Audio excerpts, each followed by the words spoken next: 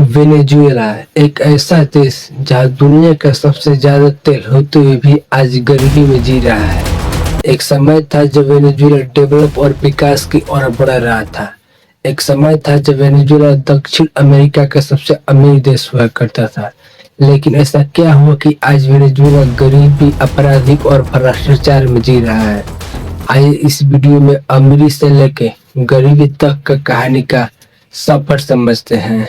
Venezuela दक्षिण America के उत्तरी भाग में स्थित है, जिसकी राजधानी कैराकास है। वेनेजुएला का क्षेत्रफल 9,12,050 वर्ग किलोमीटर है, जिसकी कुल जनसंख्या लगभग 29 मिलियन के आसपास है। पहले वेनेजुएला के लोग कृषि पर निर्भर हुआ करते थे, लेकिन 1914 में माराकाइबो झील के बीच से वेनेजुएला का पहला तेल निकाला गया। लेकिन इससे वेनेजुएला के अर्थव्यवस्था पर ज्यादा प्रभाव नहीं पड़ा। वेनेजुएला का अर्थव्यवस्था पर प्रभाव तब पड़ा जब 1922 के माराकाइबो झील के बीच बारसो नंबर 2 से कुआं फट गया और यहीं से वेनेजुएला का अर्थव्यवस्था पूरी तरह बदलने लगा। वेनेजुएला से इतना ज्यादा तेल निकलने लगा कि वेनेजुएला का 100 गुना तेल में ज्यादा वृद्धि हो चुकी थी और जीडीपी 3 गुना ज्यादा बढ़ चुकी थी।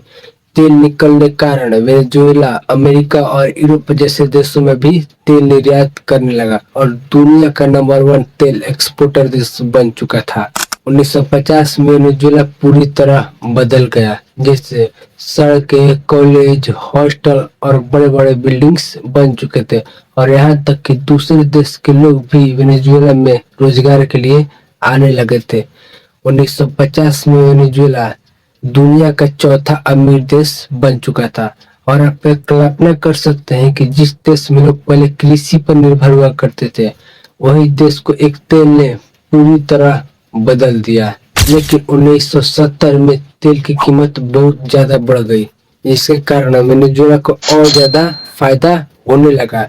लेकिन यह अमीरी ज्यादा देर तक नहीं टिका। तेल की कीमत बढ़ने के कारण दूसरे देशों ने तेल खरीदना कम कर दिया और जब बाजार में तेल की मांग कम और उत्पादन ज्यादा होने लगा तो इन सब के कारण 1980 में तेल की कीमत गिर गई। यहीं से वेनेजुएला के अर्थव्यवस्था पर बुरा प्रभाव पड़ने लगा।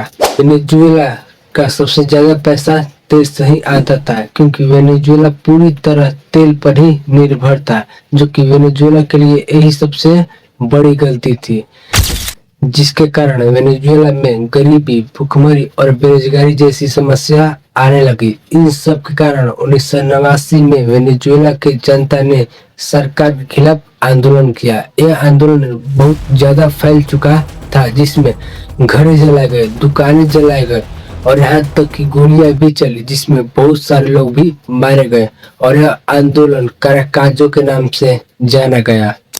1989 के आंदोलन के बाद लोगों के सरकार पर से भरोसा ही टूट चुका था और सरकार भी कर्ज में डूबती जा रही थी, जिसमें गरीबी और महंगाई ज्यादा बढ़ने लगी थी।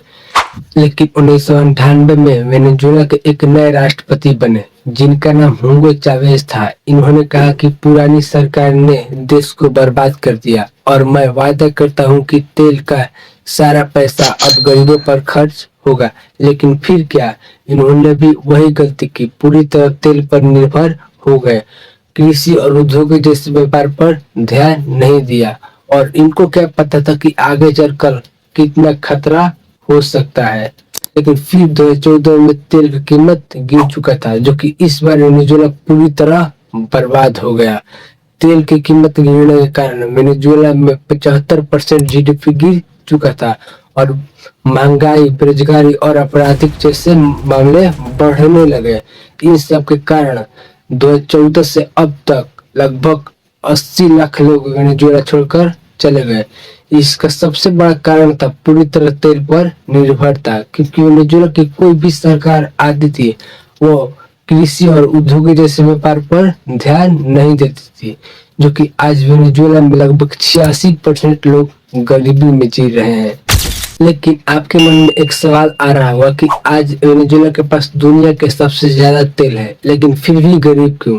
देखिए, वेनेजुएला के पास 303 बैरल तेल है, जो कि दुनिया में सबसे ज्यादा तेल वेनेजुएला के पास ही है और वेनेजुएला तेल निकाल भी रहा है, लेकिन बहुत कम मात्रा में। इसका सबसे बड़ा कारण है जो वेनेजुएला के पास तेल है ना, वो मोटा और चिपचिपा जैसा है, जिससे निकालना और उपयोग के लिए बनाना बहुत ज्यादा मुश्किल और महंगा और बड़े बड़े मशीनों की आवश्यकता है, जो वेनेजुएला के सरकार के पास इतना ज्यादा साधन नहीं है, जो आज वेनेजुएला गरीबी का सामना कर रहा है। तो यही रहा वेनेजुएला के अमीरी और गरीबी तक का कहानी का सफर। तो कैसा लगा वीडियो? अगर अच्छा लगा तो एक लाइक और चैनल को सब्सक्राइब जरूर से कर देना और अपनी राय कमेंट में बताना। मिलते हैं नेक्स्ट वीडियो में।